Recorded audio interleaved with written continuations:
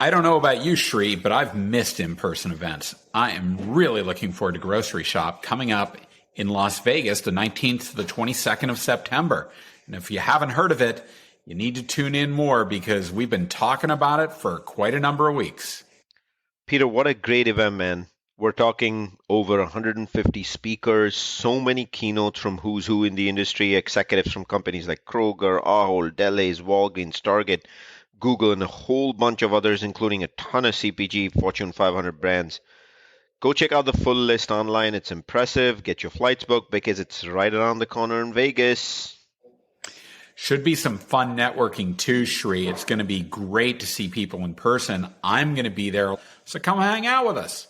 But for those who want to learn more about Grocery Shop, of course, the easiest way is always going to be the website at www.groceryshop.com. Welcome to another episode of the CPG Guys podcast. Our co-hosts, Shri Rajagopalan and Peter V.S. Bond, explore how brands and retailers engage with consumers online, in-store, and everywhere in between. And now, here are Shri and Peter. Hello, everyone. Welcome to the CPG Guys podcast. I'm PVSB, one of the aforementioned CPG guys. I'm also the VP of Partner Strategy and Development at Fetch Rewards Mobile Loyalty Program.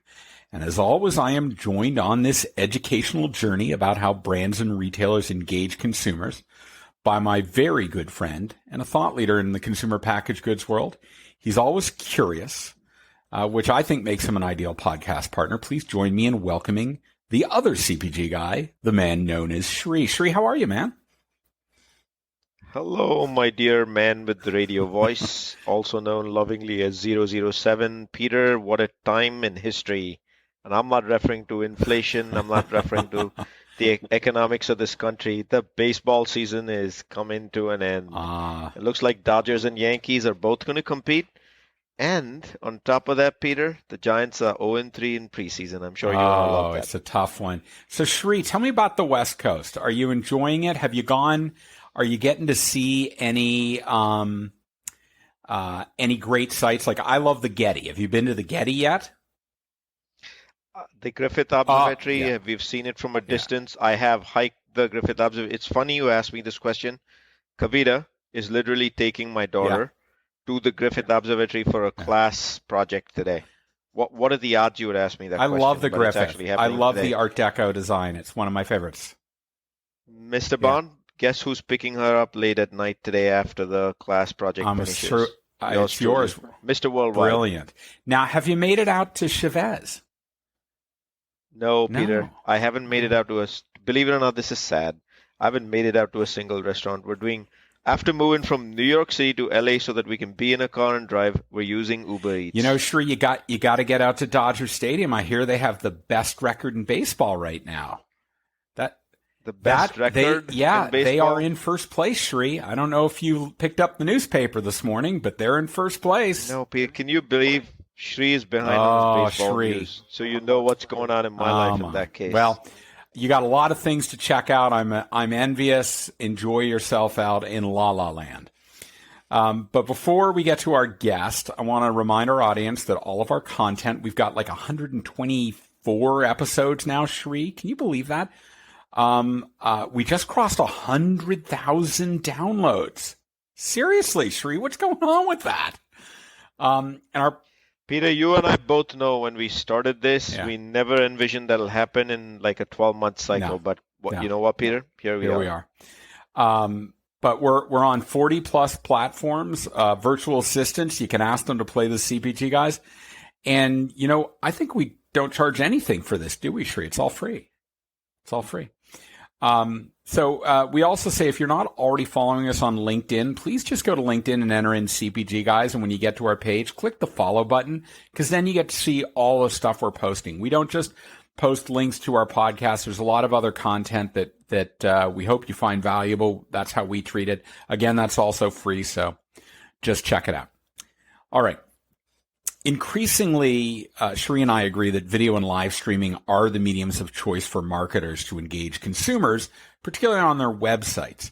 You know, e-commerce businesses, publishers, and advertisers are really seeking to create platforms that deliver engaging user experiences on their sites. Web stories traditionally only gave users an engaged experience on social media. But now brands and retailers can give their customers an engaged content experience they are familiar with right on their own websites. So the CPG guys have partnered with a company called Firework on a 2-episode series to explore how web stories significantly enrich user experience on brand and retail websites, dramatically accelerating the path to purchase. Imagine that. So here to speak with us about the use of web stories as a consumer engagement tool is Firework's founder and CEO. Please join Shri and me in welcoming to the podcast Vincent Yang. Vincent, how you doing? I'm good. How are you doing, Peter? Thank you for having me. We're really excited. Shri and I, this is like right up our alley about the kind of stuff that fascinates us about how the user experience is dramatically changing. And we talk a lot about shoppable media and content and what the experience is like and trying to improve the experience on a brand site. That's really, really exciting. Now, before we get to the questions we have for you, our audience loves to learn while they're listening. So they're probably going to want to go check out your site. And while we'll post a link in the digital liner notes, can you let people first of all know where they should go on the web to learn more about Firework? And then can you just give us a little bit of an overview of what your business is?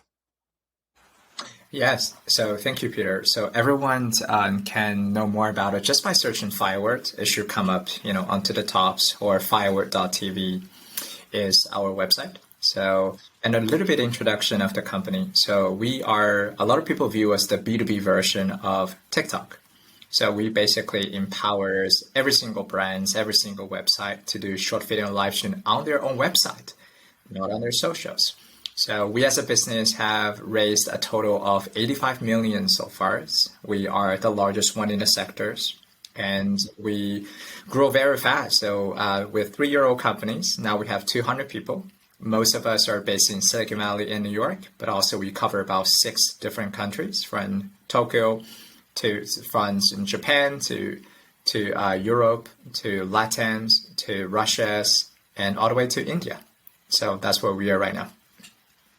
Well, that's really helpful. Thank you for that, Vincent. And I learned about you through one of the people on your leadership team, Jason Holland, who I worked with during my time at dunnhumby. So you got a real firecracker there for Firework, and I love Jason. I'm sure you do too. That's why he's on your team. So why don't we get to the questions? We got some really interesting ones. I know Shri and I are hungry to get to that. Let me start out with something that's a little bit kind of broader. I think Shri and I both agree that we're really witnessing a revolutionary shift in how retailers, brands, media agencies, and particularly in the United States, North America, Western Europe, the Western markets are really envisioning digital consumer engagement. And I think we both agree that, Shri, that the Eastern countries are substantially, when we think about Asia in particular, are substantially more advanced. But the West is really kind of changing right now. What are your thoughts around this? Yes. So I think we've seen a lot of the change as well in consumer behaviors. I think there's a lot starting from the kind of millennials and the Gen Zs. As you can see, most of them prefers content. Their default content format is short videos, not text, right? Because they don't have a long attention span. Recently some news talk about, people's attention span is less than 6 seconds now. So it's actually very, very short. So what we are seeing in total is about traditionally in the Western market, we talk about television. Right now, everybody talk about is mobile phone from the huge screens now into the smaller screen. So that's kind of the first trend what we're seeing. And of course, everybody already know about this. Second big trend what we're seeing is about people actually shifted from a lean back environment, lean back on the sofa watching TV, now toward lean in, right? So not only do they just want a passive content consumption, they actually want to interact. We see a lot of consumers, they actually wanted to interact with the brands. They want to be part of the brand. They don't want to just be the receiver end of what's happening. They want to chat. They want to talk. They want to see what's behind the scenes. So that's also something that's actually very, very interesting so far. I'll tell you, when you just described my 2.5-year-old daughter, She's got a 6-second attention span, and she leans forward into my wife's iPhone. That is exactly what is happening in this country. Right. The one, Yes, sir. Vincent, the biggest observation, coming from a brand background and having been with some of the largest brands in the world, I'll tell you one of the biggest challenges in this 6-second kind of mindset time frame that today's shoppers and consumers have, right? One of the challenges the industry faces is traditionally marketing has shaped itself to be in 30-second chunks. That's how TV ran. And today you can press the fast forward button in usually skip ad. The word is skip ad in YouTube, other streaming media within 5 or 6 seconds. Used to be 5, now it tends to be 6. So you basically refer to the 6-second attention span. How does a brand, Vincent, create a story in 6 seconds? That's actually. And for the record, Vincent, I want to let our listeners know Vincent gave me true rein to unleash today. So here we are. We've changed the script. So that's actually, you actually asked a $1 million question. So it's actually very, very hard because all the brands that they're still very used about television, right? So 30-second, which is guaranteed where you cannot swipe. How do you swipe a television ad? You cannot. So people think a lot of time about storylines, about great things show up the Super Bowl in the final second. But guess what? Average attention span for a Snapchat ad is 1.3 seconds. Because 6 seconds is people's average attention span for a short video. But as soon as a consumer realizes this is an ad, you know what they do? They swipe out ASAP. So now you literally you think people are going to do, a lot of people just mistakenly think the video duration means the time, right? Hey, I got a 30-second ad. But guess what? Nobody really watched the 30 seconds. They don't even give you 1 second. To be honest, I do think it created a very big challenge what we are seeing, right? So hopefully Firework is part of the solution for them. We'll talk a lot about it. But right now, most of the brands, in particular younger generation, they really, really feel it's very challenging. How do we really engage with the younger generation in this new norm, in this new consumer behavior? So everybody is really trying to figure out now. Vincent, I have a 2-part. Peter, I'm really loving this. I got a 2-part attachment to that, Vincent. The first part is, TikTok, right? TikTok is here. TikTok is here in advertising. It is the social media platform of today and tomorrow. It is not a temporary phenomenon. And I refuse to believe it's the below 16-year-olds. TikTok is used by a lot of individuals across several generational cohorts. Yeah. Should the CPG guys have a TikTok channel? That's an easy one, Vincent guy. I think you should. And Peter, take the message, man. We have one. We just have only published one video, Shri. Now I know it's a problem. That's because we said we're not. Look at Vincent telling us the king of the 6-second ad is telling us we got to have a channel. I believe that there may be some people in your family who are quite prodigious TikTok content creators. I think we need to leverage some in-house resources to help the CPG guys. Sounds like we have to. And Vincent, the second part of that question is in that world where obviously TikTok is becoming super important to a conversation, multi-generational, what role does Firework play with TikTok? Yes, so that's a very good question. So goes back to what we did. So we are not TikTok. We are the B2B version of TikTok. A lot of people say, what do you mean? Right? So let me give an analogy. The way how we compete with TikTok is the same way how Shopify compete with Amazon. So Amazon is a B2C. Everybody go to Amazon, right? But there are so many brands who say, well, I want to control my own destinations, right? I don't want to just, yes, Amazon has traffic. Everybody knows the reason why they create an Amazon account is there's a tons of traffic. But what people didn't realize is you have to share the traffic with 30 million merchants. Now, the same thing with TikTok.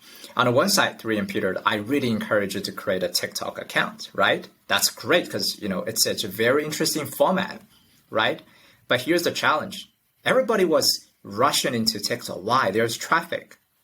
But the fact that there doesn't mean you will have the traffic, right? Because you have to share the traffic with 20 million teenager boys and girls who's very good at lip sync at belly dances, right? It's like in the farmer's market.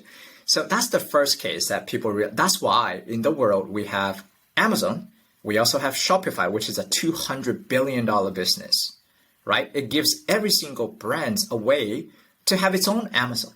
Now, so does Firework. I also said this to many, many brands I talk to. Everybody said TikTok has traffic. I'm like, yes, TikTok has huge traffic, but listen, bluntly, is TikTok beautiful business? Is TikTok beautiful brands? Is Instagram, if you ask Kevin, if you ask Evan in Snapchat, is when you build Snapchat, who are you building Snapchat for? Is it building for business? No, Snapchat is built for consumer to express themselves. Brand is just a tag along. Because why? Because brand just tag along wherever there's traffic is, but it's not built for brands. Now the same thing, right? TikTok is not built for brand. There's so many business, right? There's one brand we are talking to. They spent 5 years, cannot get 100,000 followers on social. But guess what? Their own website had 30 million visitors per month. And I was like, well, you got 30 million people coming to your website every single month. Why are you focusing elsewhere? Right? So this is something that's very interesting. Fantastic explanation, by the way. That's great. Hey, so Vincent, in talking to Jason, I know you guys have a bit of a vision to disrupt, support, and connect across a multi-sided market at scale. So how are you and Firework planning to do that? And how do you think you can scale so quickly? I mean, what's the secret sauce there? Yes. So now dialing back to Firework. So our goal is actually to empower every single website. So now let's look at the data. There are 350 million websites in the world, 350 million websites in the world. And every single website is built in a very old technology, WordPress, right? And even Shopify is a great company, but has not changed too much on the forefront. In the last 15 years, still pretty much text and images. So isn't that interesting? On one side where you visit TikTok and Instagram and Snapchat, it's full screen short video, right? 70% of content is short video and live stream. But on the other hand, on the open web, 100% content is text and images. There's zero short videos and live streams. That's why for me as an entrepreneur, it's a no-brainer, right? We bring that experience to every single website. Okay. Because of that, we break down website into two parts. One type of website are what we call media company, whether they are a publisher, whether they are a blog. So they use Firework to upgrade their user experience, right? So instead of competing with 20 million teenager boys and girls, they don't compete with anyone. They just use this new format on their own website. That's half of our business is helping publishers, helping media companies, etc. And then the second half of business is help e-commerce website, helping travel website, having retailers, having realtors, etc. on their side. That's what we do. But now, Peter, when you ask the question, and then what our main goal is to connect the two because they're using a common infrastructure. Now, any business, any brands, when they're doing a short video live stream on their own website, they can just click a button and will find the most relevant publisher and put their content onto it right away to amplify their content to the most relevant audience right there.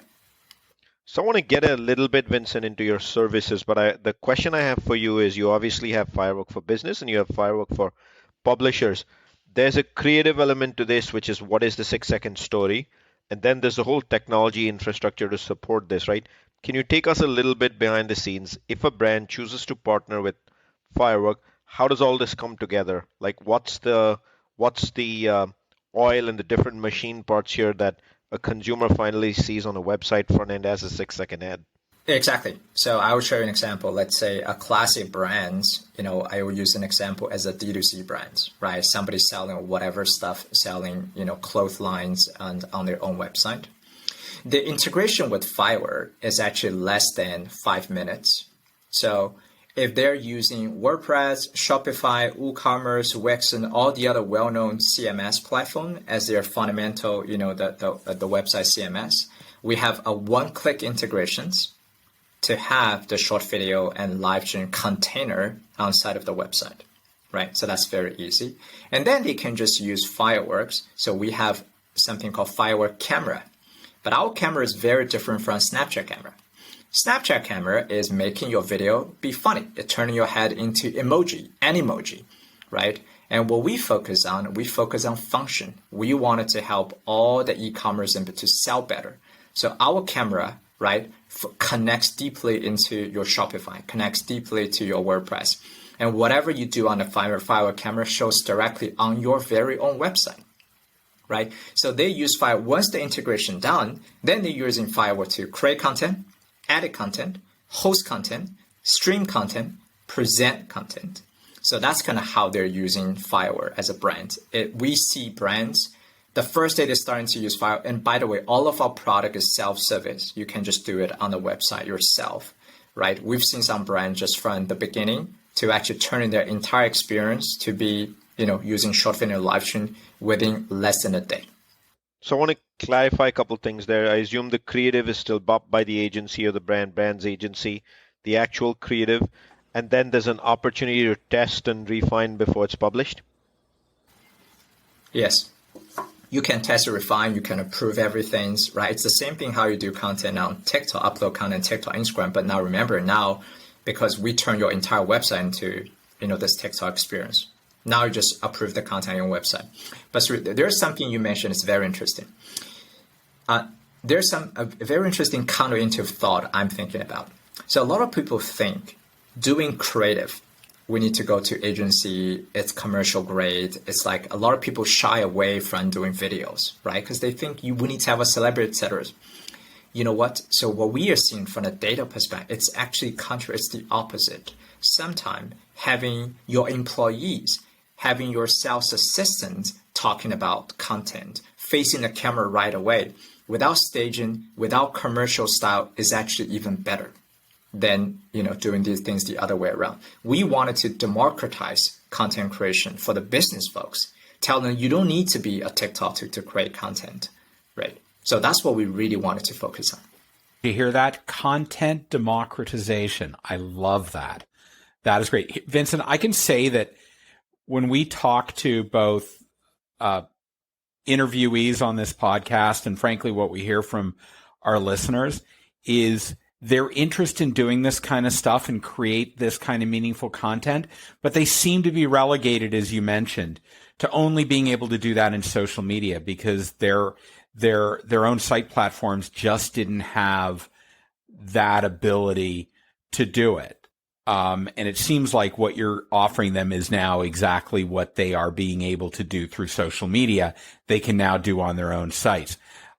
They're really trying to figure out about then what is the best practice. And I think you kind of touched on it with getting the content out there and making it authentic is very important. So can you give us a little bit more about the markets where you see in particular Firework having substantial value for telling short stories that'll help drive conversion?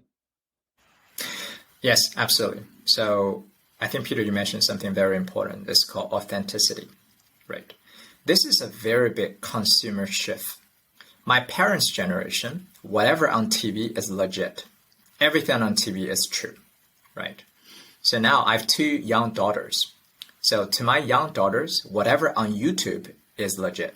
Whatever YouTubers say, they said that YouTuber said, watching television doesn't hurt my eyesight. You are wrong because YouTube told me this way. It's very different, right? It's no longer television. It's because they prefer anything they feel like it's in a commercial, they just swipe out, right? But anything they feel like is authentic, is a real person. It's a real person talking to me, how they do the makeups, how they do the dress up. People tend to be more influenced by them for what I call the digital born generation.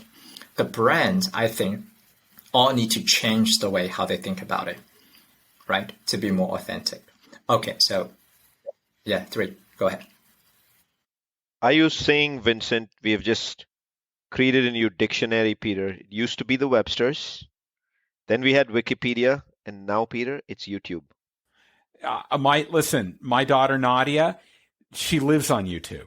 She knows how to swipe and how her stickiness and how long, to Vincent's point, she stays on a particular thing because as she's watching, she's scrolling.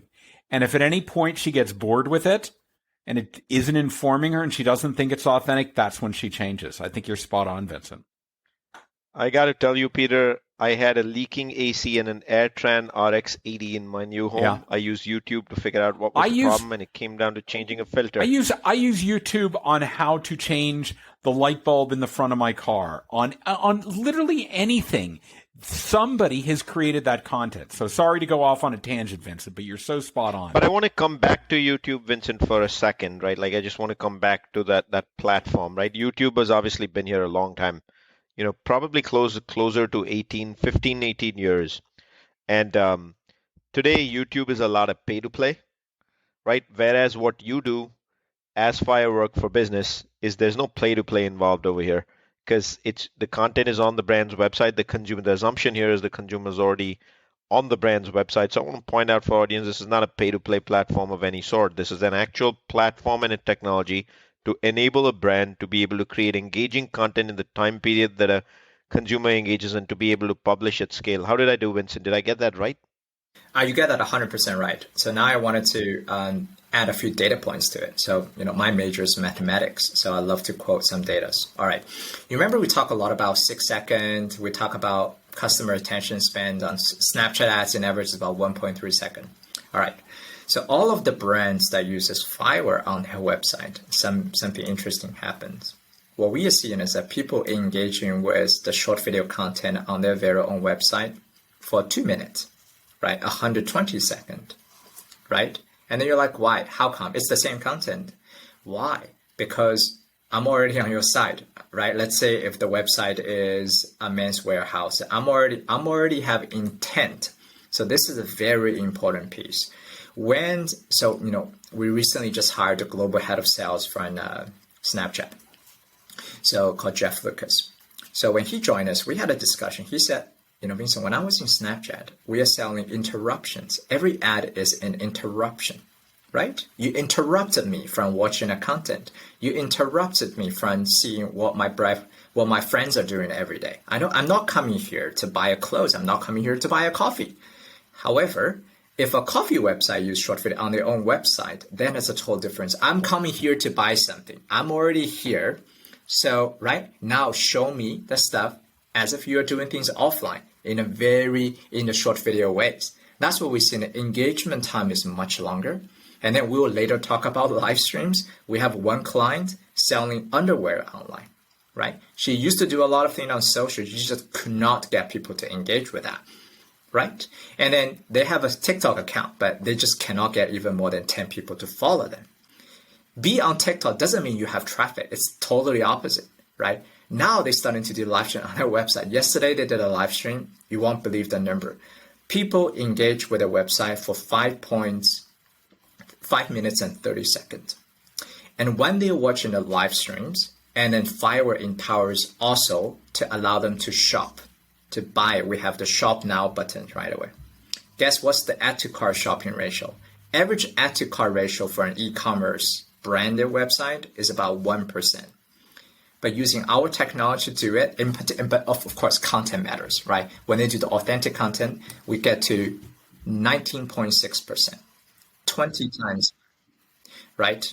And why? And who did the live stream? There's no influencer. There's no celebrity. Nobody do 10 backflips. No one do that. It's basically a sales assistant, and actually the owner herself is very authentically, empathetically talking about, this is my brand. This is why I'm doing this. Let me show it to you right now. They used to sell offline, but now given the pandemic, all their offline stores are closed, right? Now she was moving all to online. She was literally doing a live stream. She turned her living room into a live stream studio. Can you imagine that? That's something that made me very excited. But the number you quoted is a very powerful number. Like you're talking about 1/5 in that particular example. I've spent a lot of time in this space all the way up and down the funnel, right from the acquisition all the way down to the conversion, not just the add to cart, because you got a step right after that, which is to close the sale with the consumer. But that 20% number is a record-breaking phenomenon, like stop the press, folks. Yeah. Like that means 1/5 of those that showed up for the live stream are going forward with the add to cart, like step one of closing the sale, right? Some percent of that will actually go through the checkout experience and take it, but when you're starting with such a large number to begin with, the conversion funnel, which is closer to 0.3, is automatically going to be elevated like at least 10x to like the 3, 5, 7% range, right? Which is like pretty incredible if you ask me. But the big question I'd ask you, Vincent, is for a brand, right? Classically, they're trained, most brands are trained on how to do this on the CPC model, and that's what the investment is start off and the yield is start off. In this, my guess is, and I'd like you to decompose it for the audience, in terms of an investment with Firework, it's the platform. It's not the clicks and the number of content pieces being put on. Just help us understand how that model works with you. Yes. So our pricing models. So our pricing model is a software fees. It's the same thing how people use, HubSpot, use Shopify, etc. Ranges from how much traffic, how many live stream they're going to do. Some of the clients do live stream once every day. Some of the clients do once every week, right? So based on that, our price ranges from $5,000 a year all the way to actually $1 million a year. We have huge clients paying us $1 million a year for infrastructure. Not only we do software, all the streaming, all the hosting is all on Firework, so they don't need to build anything themselves. We spend about $15 million every year building the global streaming infrastructure to allow ultra low latency streaming, so that our clients doesn't need to, because building a live stream infrastructure is quite expensive, right? So that's what we do all of those. But in average, our clients, when they use that, they're able to see an ROIs for about 10 to 20 times because they're able to double, triple, quadruple their conversion rate for the D2C brands. That's actually very, very important for them. I want to recap something you said earlier, Vincent, about, and Shri referenced it, right? The marketing funnel. The reason your solution is substantially more powerful on a brand marketing site than in social media is where the consumer is entering the marketing funnel in the experience, right? You mentioned that in an interruption, they're way at the top of the funnel, so their attention isn't there. When they get to the site, they are already in evaluation mode, right? They're much closer to the consideration. So because they're in that consideration, in Amazon terms, right? They've done the glance view, they're on the PDP, and now they're really considering the contents there. That's where your solution is so desperately needed by all these sites that are still doing text and image based solutions, because they don't have the right medium to address that part of the funnel. Yeah, exactly, Peter. Let me put another way to think about this.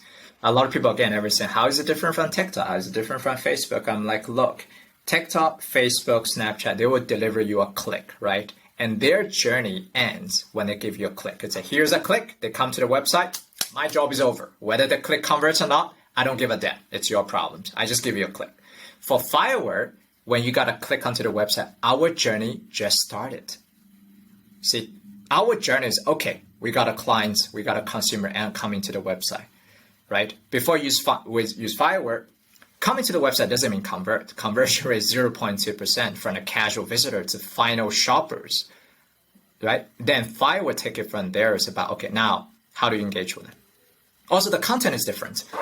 The reason why a lot of business, right? Because when you do content on TikTok and Instagram, you know what type of content works?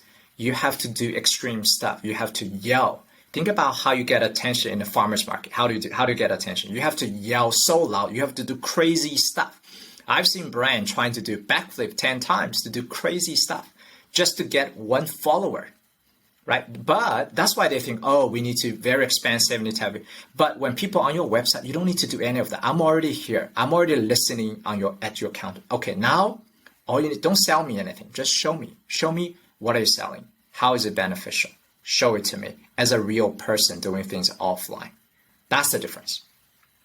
Peter, on the farmers market thing, what I would say is they don't have to do backflips and they don't have to bring jugglers. They can just talk to the CPG guys, and the CPG guys can help. No problem. If you want brand Shri, attention. does this mean that we don't have to kidding. I'm kidding. Does this mean we don't have to juggle flaming bowling balls? That Sunday afternoon career, Peter, we can finally give it up. Okay. Others are doing it pretty well. But, right up front, Peter, I know you said we're going to do a 2-part series, right? What I want to do when we come back, Vincent, for part 2 is like get into the technology aspects, right? A large part of this is hosting a live platform. It can't fail. It's got to be fail proof, not fail proof 98%, like 100%, because the death of brand equity is a failed video stream trying to drive brand equity. But we'll get back to the tech aspects next time, and we'll take a deeper dive into it, right? But I want to jump a little bit into agencies versus brands and how your relationship works. Like when I say agencies, I mean media agencies who tend to anchor a lot of these outcomes for the brands, right? Do you see an even split in the work you do? Do you work exclusively with agencies? Is it brands always a client? Like, how does that work for Firework? We work with both. So what we find is about, because Firework, we are not a TikTok. Our goal is not becoming a walled gardens, right? Agencies do not like walled gardens because, what happened, Google and Facebook, they all publicly announced they want to cut out the middleman. Because this is kind of B School 101. When vendor side is consolidated to 3, right, and a big budget like PepsiCo and CPG, there are 5 of them, you don't need a middleman, right? But for Firework, it's very different because we're long tail to long tail. We're helping them to do all the open web. So what we find, we're in discussion with a lot of the top agencies, right? What we find is we just go there because, all the agencies, by the way, I've seen they're also innovating. Most of the agencies are all coming with, some agency has the shop commerce team. Some agency have the digital transformation team. They're going upstream, right? Not just about doing a media buy. They're going way upstream to advise their brands about how do you transform your brands in the pandemic eras. How do you do that in this Q4? They're doing lots of very interesting things because originally people might think, yeah, they're the middleman. They're not. They're actually trying to do very interesting stuff there. Now, Firework just helped them to do even better because now not only can offer strategic advice, now they can offer a concrete solution. So that's why we partner a lot with agencies. But there are so many other brands that's not represented by agency. Those are the ones that we just go direct. That's great. Let me finish off our questioning for this episode, Vincent, with just talking about where the future is going. You have had successful funding. Crunchbase will tell me it's somewhere in the $120 million range. I'll let you dispute that if you want, but you've really got some great investors with experience, in this, certainly in the B2C space around Snapchat, music.ly, and some other really big activities. I want to understand, where you are in the funding process. Are you looking to get another round? And if so, what is the purpose of it? And where do you see you investing in making this platform even more robust than it is right now? Yes, so that's a very good question. So right now we have raised enough. So to give an example, just this year we hired over almost close to 100 people just in this year's. So a lot of people so far. So right now we are very well funded. But we are definitely talking to a lot more strategic and interested. It's the same thing for a long time. People, all eyes is on Walmart and Amazon until people realize, wait, there's this thing called Shopify. You don't see that existence, but it existed everywhere. Right now, we're in the stage of more and more companies starting to notice there's something that is very different there. The B2B version of TikTok started coming. So, they're starting to talk. We're already in discussion with a few big strategic for more, not for pure money, but more for strategic investment that can really offer value to us, right? And our goal is, so for example, last quarter, we already served 4 billion shoppable video and live stream views last quarter in a very big ways, right? So we already cover about 600 million people a month for the people that every single consumer that we can impact. Exactly. So that's why our engineering team, our backend team is already very well tested with huge numbers, right? Our engineering team is led by a gentleman who formerly runs and builds the Alibaba live streams. So we are very well tested for all the big loads, etc. Right now, we just wanted to go all the way up. Our goal is about in 6 months to reach to 1 billion people a month. That's our goal. Wow, that is absolutely terrific.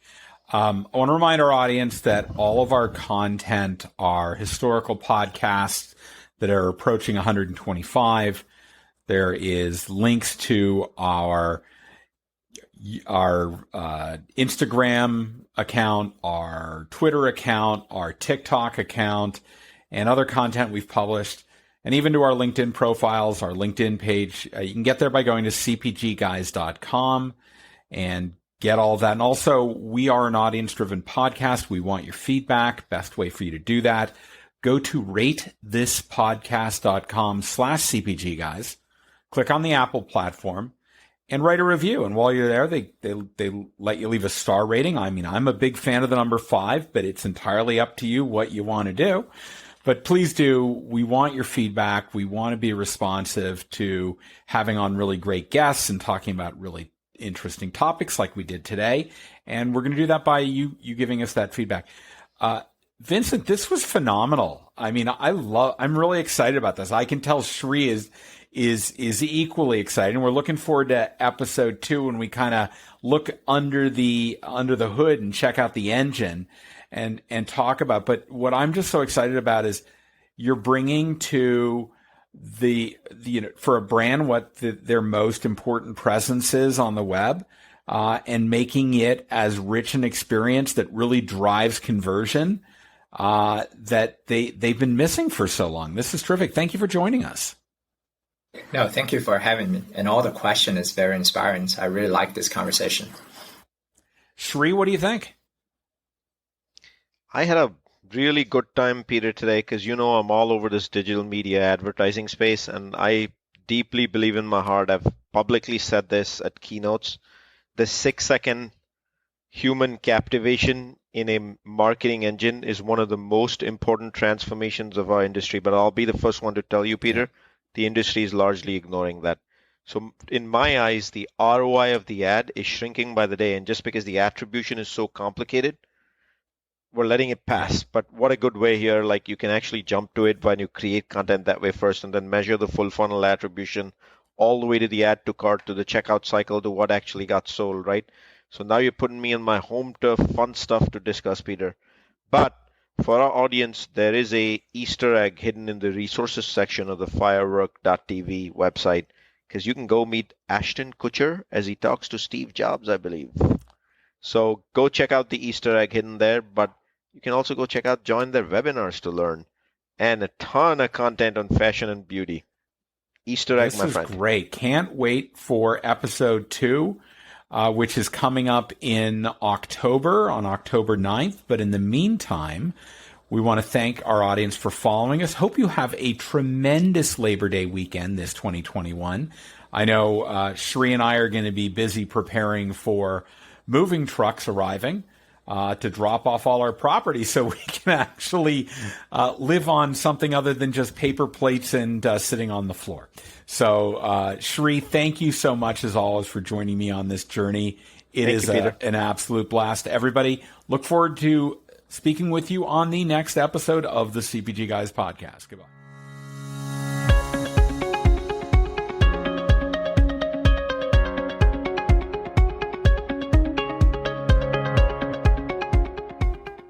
The content in this podcast episode is provided for general informational purposes only. By listening to our episode, you understand that no information contained in this episode should be construed as advice from CPG Guys LLC or the individual author, hosts, or guests, nor is it intended to be a substitute for research on any subject matter. Reference to any specific product or entity does not constitute an endorsement or recommendation by CPG Guys LLC. The views expressed by guests are their own, and their appearance on the program does not imply an endorsement of them or any entity they represent. The views expressed by CPG Guys LLC do not represent the views of their employers or the entity they represent. CPG Guys LLC expressly disclaims any and all liability or responsibility for any direct, indirect, incidental, special, consequential, or other damages arising out of any individual's use of, reference to, or inability to use this podcast or the information we present in this podcast.